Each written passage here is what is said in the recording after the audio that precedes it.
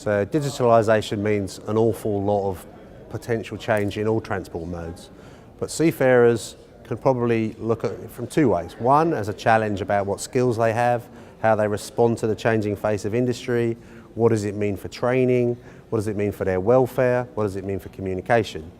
But we also have to recognise that with those changes we need, and we're saying very strongly, that unions should have a voice about managing transition, adding extra skills, adding extra quality of life. So for seafarers, it's got both challenges and possibilities. Seafarers are affected by digitalisation in the same way every individual on the planet is affected by digitalisation. It's changing the way that we live our lives, and particularly for seafarers who are in those millennial, Gen Y and Gen Z generations, they are digital natives. So it has a profound effect on the way that the maritime industry operates, because we've got a generation of people who are coming up the ranks in our ships and ashore who really expect to live life in a completely different way, and we need to facilitate that if we're to keep them and we're to engage them.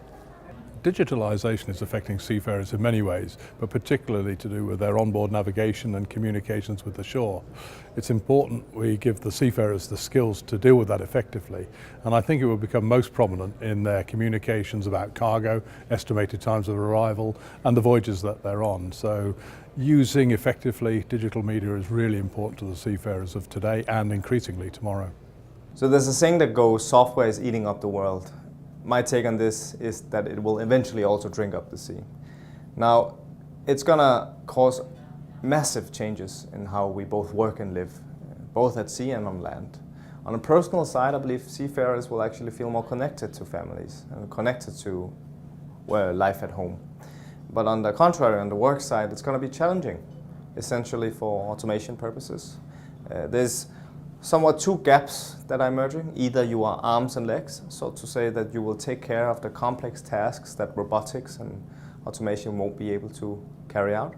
And then there's the high complexity side, where you will be a master of machine. You will sort of say have a complete overview over the processes and data that operates within the automation processes and algorithms on the ship.